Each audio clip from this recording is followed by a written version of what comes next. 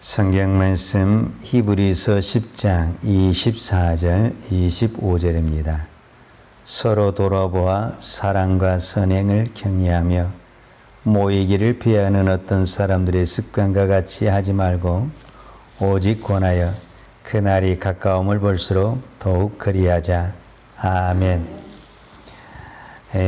우리는 지금 계속 히브리서를 보고 있는데 특별히 히브리서 8장, 9장, 10장에서는 구약의 제사, 그 다음에 대제사장과 예수님과의 관계를 계속 비교를 하였습니다.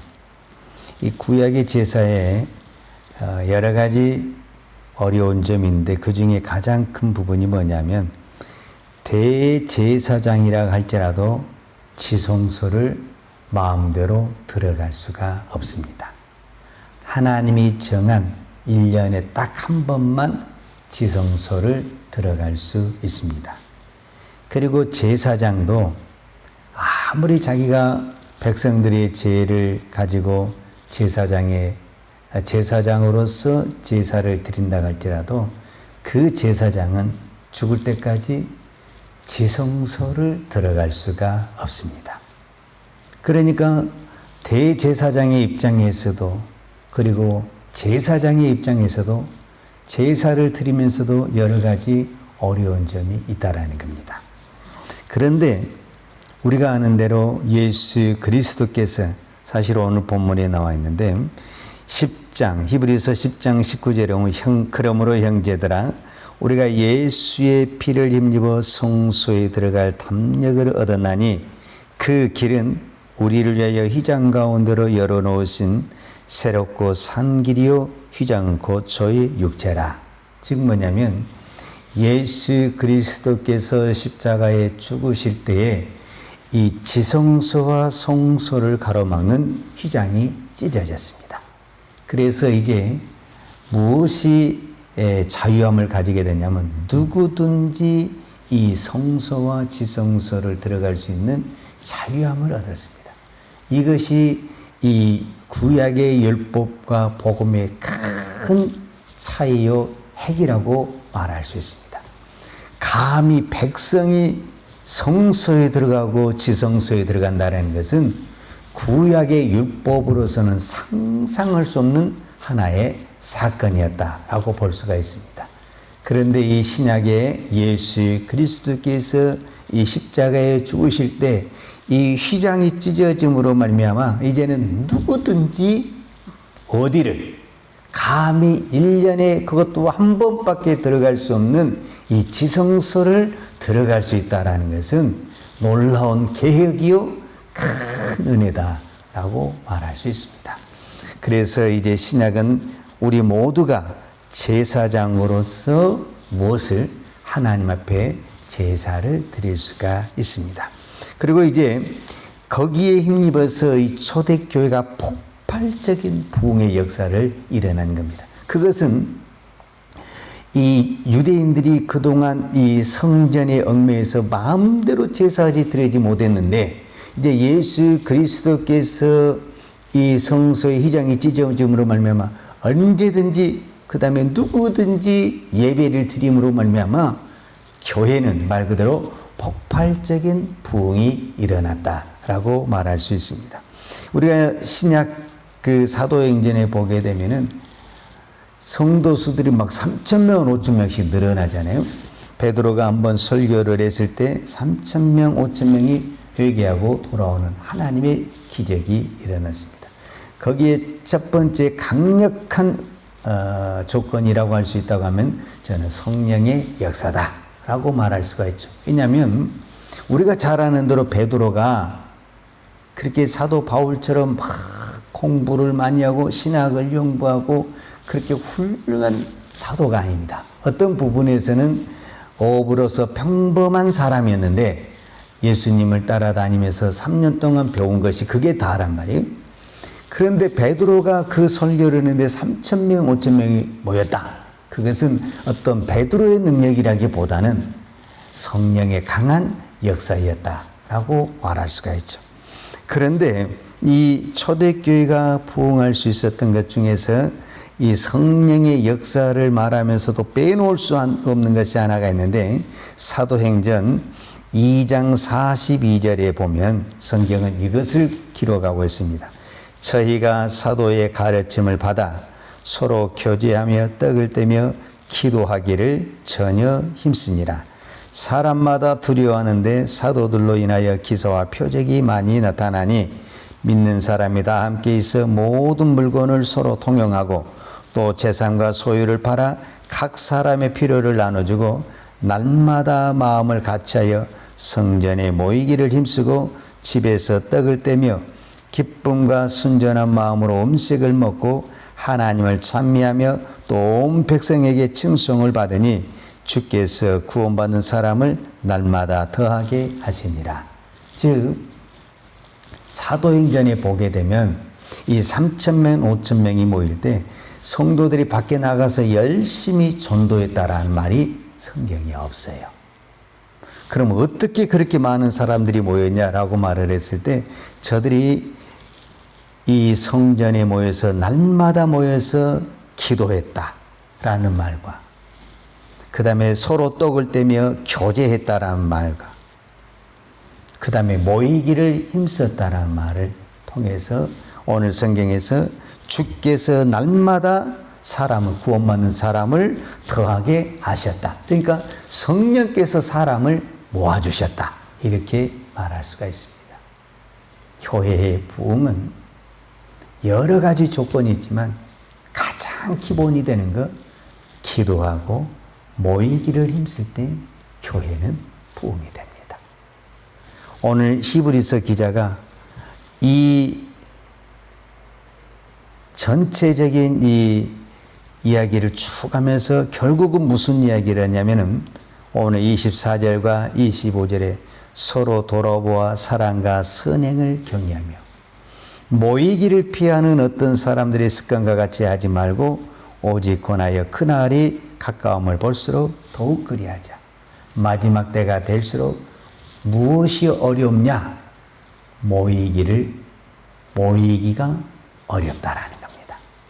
이 종말의 현상 중에 하나가 어떻게 나타나냐면 모이는데 힘쓰지 않고 모이는 것이 그렇게 어려울 수가 없습니다.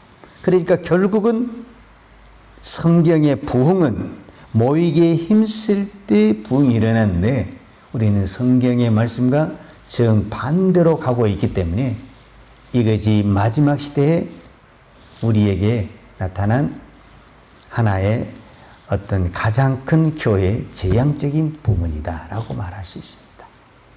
우리가 세계적인 교회를 이야기했을 때 여의도 순복음교회를 빼놓고 이야기할 수가 없습니다. 물론 여의도 순복음교회는 우리 조인교 목사님의 훌륭한 설교와 또 오살리 그 기도원에서 강력한 기도가 있다고 이야기할 수가 있는데, 이 여의도 순복음교회가 가장 부흥할 수 있었던 가장 기본적인 것이 하나가 있는데 그게 뭐라고 말하냐면 조직력을 가지고 있습니다. 조직력.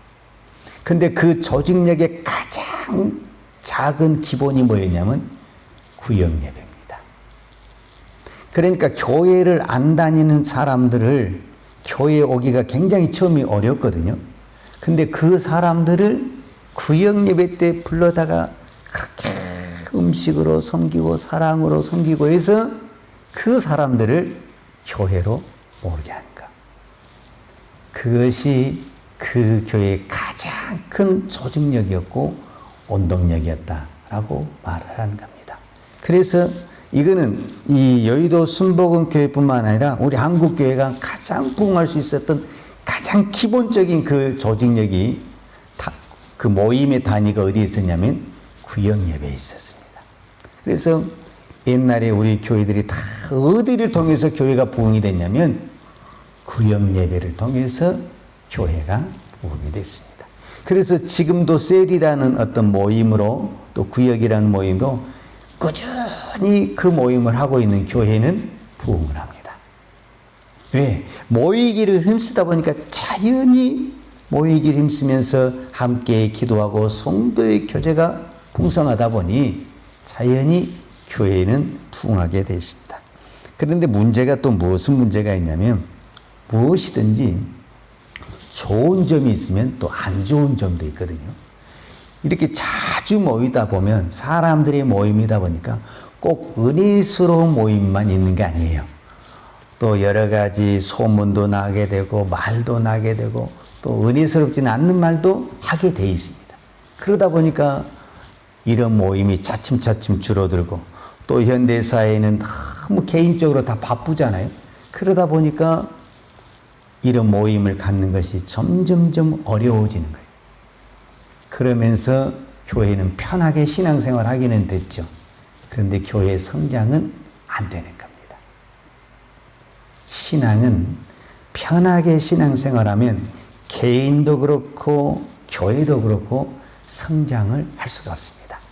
근데 우리는 지금 자꾸 이 편한 시대에 와 있습니다. 우리가 얼마나 편한 시대에 사냐면 이 과학과 문명의 발달로 우리가 에어컨을 켜도 TV를 켜도 손으로 직접 하지 않습니다. 그냥 가만히 앉아서 리모컨 하나만 눌러도 모든 것이 시스템이 되는 그런 시대에 살아가고 있습니다. 그렇기 때문에 이런 생활에 익숙해진 우리가 좀 더 편해지기를 원하지 막 힘써지기를 원하지 않습니다. 불편한 것을 싫어하는 겁니다. 제가 이렇게 교회를 하면서 교회가 평안할 때는 언제냐? 일을 안 하면 됩니다. 모임을 많이 안 하면 됩니다. 모임을 많이 하고 일을 많이 하잖아요. 그러면 반드시 거기에 불평이 나오고 원망이 왜 이것을 하냐? 왜 무엇을 하냐? 아주 말이 많습니다. 그러면 교회는 문제가 납니다. 그런데 그렇게 일을 해야만이 교회는 부흥하게 돼 있고 편하면 편할수록 문제는 없습니다. 그런데 교회는 성장을 안 하게 돼 있습니다. 이것이 현대 우리 교회의 딜레마다라고 말할 수 있습니다. 오늘 성경은 분명히 말하고 있습니다. 모이기를 피하는 어떤 사람들의 습관과 같이 하지 말고 그런데 우리는 이 말과 정반대로 가고 있습니다. 우리는 자꾸 모임을 피하고 있고 그냥 나 혼자 기도하고 나 혼자 예배드리고 그런 쪽으로 가고 있습니다. 더더구나 우리는 코로나 시대를 겪으면서 이제 같이 모여서 식사하고 같이 모여서 교제하고 기도 제목을 나눈다? 거의 불가능합니다. 판교에 가면 우리들 교회가 있습니다. 김양재 목사님, 여성입니다. 그분이. 근데 여성이 목회자를 하는데 그렇게 교회가 큽니다. 그분의 목회 철학이 뭐냐면 목욕탕 목회인데 그분도 똑같이 매일 성경을 합니다. 근데 그분이 한 가지 참 어려운 것을 합니다. 다 속의 것을 이야기합니다. 이거요, 쉬운 것 같죠? 절대적으로 어렵습니다. 새로 나온 사람들에게 자기 옛날 이야기, 수치스러운 얘기를 다 하는 겁니다. 그러면서 함께 기도하고 함께 나눌 때 그 교회가 폭발적인 부흥을 합니다.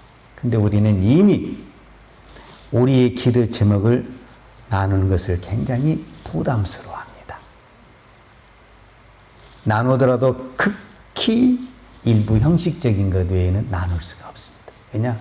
잘못 나눴다라는 아주 문제가 커버리기 때문에 그렇습니다. 이런 이 구조를 가지고 있는 우리의 신앙은 점점점 개인주의가 될 수밖에 없습니다. 그러면 우리는 지금 이 성경에 있는 말씀과 정반대로 가기 때문에 개인적으로도 그렇고 교회적으로 그렇고 성장을 할 수가 없습니다. 교회가 성장을 하려면 그 교회를 구성하고 있는 개개인이 성장을 해야만이 전체적인 교회가 성장을 하게 됩니다. 여러분, 개개인이 성장을 안 하는데 교회가 성장을 했다. 이거는 있을 수가 없는 이야기입니다. 개인이 성장을 해야 그 개인이 성장한 사람들이 모여서 교회 전체가 성장을 하게 돼 있는 겁니다. 그런데 개인이 성장을 안 한다. 개인이 모이기를 힘쓰지 않는다. 교회 전체가 성장을 이룰 수가 없고 모이기에 힘쓸 수가 없습니다. 지금 우리는 이런 구조 속에서 신앙생활을 하고 있습니다.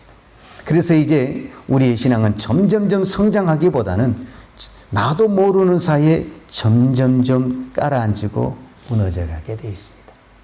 그래서 저 유럽에 있는 교회들이 텅텅텅 비어간다는 소리가 결코 남의 이야기가 아닙니다.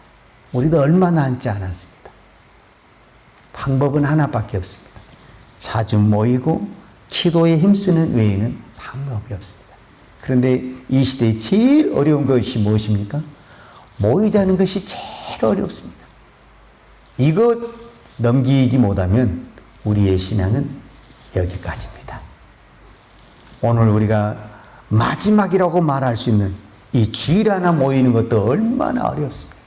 다른 날은 고사하고 주일 하나에 모여서 그 주일날 1시간 모여서 예배 드리는 것도 다들 어려워하고, 그것도 인터넷으로 드러난 이 시대에 다른 모임을 한다. 이거는 기적이 일어나야 할 정도로 어려운 것입니다. 나는 내 자신에게 질문을 해야 됩니다. 나는 모이기에 힘쓰고 있는가? 나는 정말 기도에 힘쓰고 있는가? 내가 불편할 정도로, 내가 힘에 겨울 정도로 모임과 기도에 힘쓰고 있는가? 그러면 내 신앙은 성장하고 있습니다. 그러나 어느 순간부터 나도 모르게 점점점 그것이 줄어가고 있다면 내 신앙은 정지 상태에 있든지 점점점 밑으로 내려가고 있습니다.